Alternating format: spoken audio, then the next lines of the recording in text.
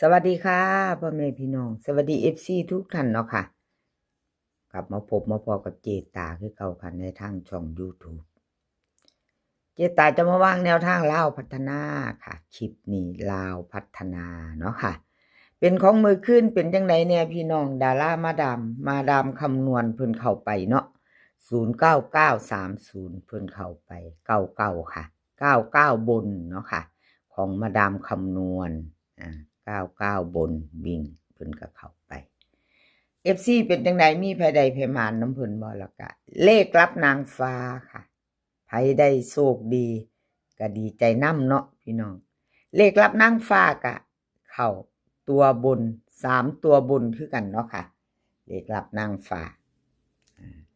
วันที่17 2เซียนดังเพิ่นเข้าไป99กันเนาะมาเบิ่งของมาดามคำนวณก่อนเนาะค่ะก่อนจะเบิ่งของเลขรับนางฟ้ามาดามคำนวณก่อนแนวทางใหม่เพิ่นให้มาแล้วออกปุ๊บให้มาปั๊บค่ะมาดามมาทันใจกราบขอบคุณมาดามหลายๆเด้อค่ะที่ให้แนวทางมาวางทางช่องเนาะมาดามคนสวยรวยน้ำใจค่ะรวยน้ำใจเว้ามวนเว้าเพราะตัวมาดามเสียงใสเสียงคือนกแก้วนี่ตัว2 งวดติดเดี๋ยวเบิ่งงวดที่3ก่อนพี่น้องงวดที่3 2 งวดติดค่ะมาดามคำนวณ0440วันที่15เนาะแล้วก็กับวันที่17ค่ะมาดามคนสวยด้วยนำใจเพิ่นเขา2 งวดติดค่ะ FC เป็นจังไดโชคดีก็ดีใจนำเนาะค่ะดีใจด้วยกับมาดามคำนวณเนาะช่วงนี้เพิ่นมีครูเพิ่นก็เลยมาเป็นครูบ่ขาดเนาะพี่น้องดีใจด้วยค่ะยินดีด้วยนะคะมาเบิ่งแนวทางใหม่ค่ะแนวทางใหม่ของเพิ่นแนวทางใหม่ของมาดามคำนวณค่ะมาไปตามต่อวันที่19วันศุกร์เนาะค่ะ2 ทุ่มครึ่งลาวพัฒนาออก2 ทุ่มครึ่งลาวพัฒนาวิ่งรูดของมาดามให้มาค่ะ6กับ8 2ตัวค่ะ2ตัว4 หาง26824684ค่ะเบิ้ล66กับ88 3ตัว3 หางค่ะ682684 668ค่ะวิ่งรูดเพิ่นเด่นทอกันเด้อค่ะอันบ่เด่นดอกพี่น้องอันเจตาอันวงกลมผิดนี่เพิ่นนี่ก็เลยบ่ลบก็เลยเป็นเด่น2ตัวเอาคักแท้เจตาเจ้าว่าติ เจตาเลยบ่ลบที่จริงเพิ่นขีดเส้นใต้เนาะเพิ่นเด่น8ตัวเดียวเด้เจตามือเร็วเนาะค่ะ วงกลมให้เพิ่นเซยถือคือเก่าแล้วเนาะพี่น้อง 82ค่ะกับ84เพิ่นเน้นให้2 หาง2ตัว3ตัวค่ะ2 หาง682684ค่ะ2 หาง3ตัวมาดามคำนวณเพิ่นให้เนาะค่ะเพิ่นเน้นให้มา3ตัวแคปหน้าจอเด้อค่ะไปต่อกับมาดามคำนวณคนสวยรวยน้ำใจเนาะค่ะไปต่อกับขอบคุณมาดามหลายๆที่ให้มาว่างมาไว้พร้อมเนาะค่ะขอบคุณหลายๆมาทั้งช่องเจตาพารวยเนาะเอาทอเชษชัยรับนางฟ้าไว้ที่หลังรับนางฟ้าสู้ละรอบนึงแล้วล่ะเนาะพี่น้องมาเบิ่งคนรูปรอทอเชษชัยค่ะทอเชษชัยค่ะ09930วันที่17หลุดไปกับขอโทษขออภัย FC ค่ะแทนชอเชษชัยเนาะแนวทางเพิ่นบ่เดินเนาะค่ะเพิ่นบ่มาบ่เข้าขอโทษขออภัยให้เบิ่งประวัติก่อนจาก2 งวดเพิ่นเข้าไปอยู่ตัววิ่งรูดเนาะค่ะ0บ่เป็นหยังค่ะเจตาเป็นกำลังแรงใจให้เป็นกำลังใจให้กันและกันเหมือนเดิมเนาะค่ะกับขอบคุณช่อเชษชัยที่ให้แนวทางมาวางทางช่องของเจตากับขอบพระคุณเป็นอย่างสูงค่ะมาตามใหม่ค่ะเป็นวันศุกร์เนาะเจตาลงให้ก่อนมือหนึ่งลงมือนี้มืออื่นออกเนาะค่ะแนวทางของช่อเชษชัยมาลุ้นต่อไปใหม่ค่ะวิ่งรูดเพิ่นให้8ค่ะ8กับ0 2ตัว4หาง82830201ค่ะเบิ้ล8800 3ตัวค่ะ3ตัว3หาง082083 080วิ่งรูดค่ะ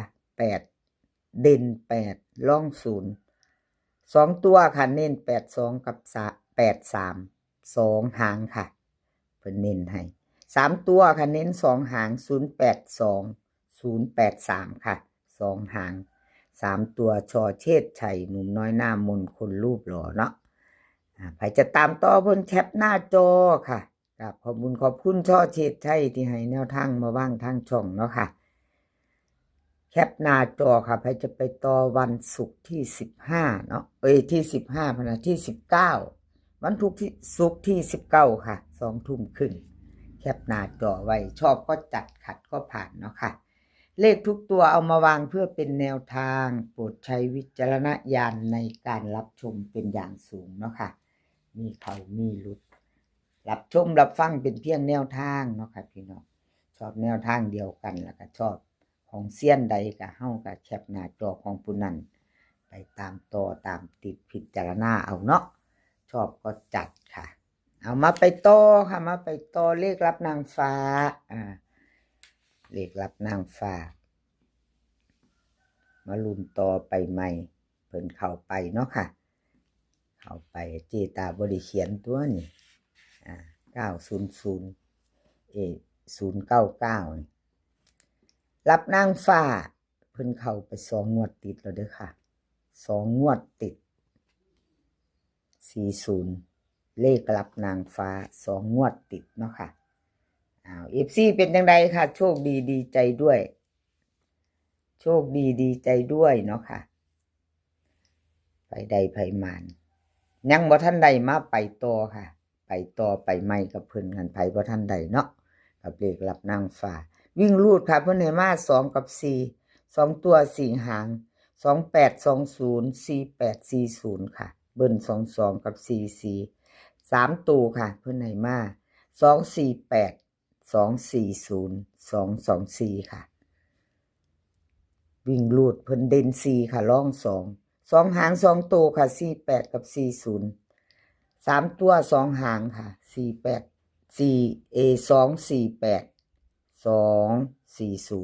2หางค่ะเลขรับนางฟ้าให้3ตัวเนาะชอบกระจัดขัดก็ผ่านค่ะFC เลขรับนางฟ้าแคปหน้าจอไว้เนาะค่ะใครจะตามต่อกับเพิ่น2 งวดติดค่ะเลขรับนางฟ้าเขา2 งวดติดแคปหน้าจอไว้พิจารณาเนาะพี่น้องของเพิ่น2 งวดติดค่ะขอบคุณเลขรับนางฟ้าค่ะที่ให้แนวทางมาว่างทางช่องของเจตาขอบพระคุณเป็นอย่างสูงเนาะค่ะมาไปต่อเป็นของเลขมีที่มาเนาะค่ะเลขมีที่มาเลขมีที่มา099ค่ะ3ตัวบน30ล่างเนาะค่ะเพิ่นเข้าไป0ตัว1วิ่งหลุดเนาะ2ตัวมา1ตัวค่ะเลขมีที่มาเจตาให้เบิ่งประวัติเพิ่นจาก2 งวดเนาะพี่น้องให้เบิ่ง2 งวดเข้าไปตัววิ่งตัวลูด0งวดนี้ก็0คือกันสายวิ่งสายลูดค่ะเลขมีที่มา FC ของเพิ่นผู้มักวิ่งมักลูดเนาะค่ะ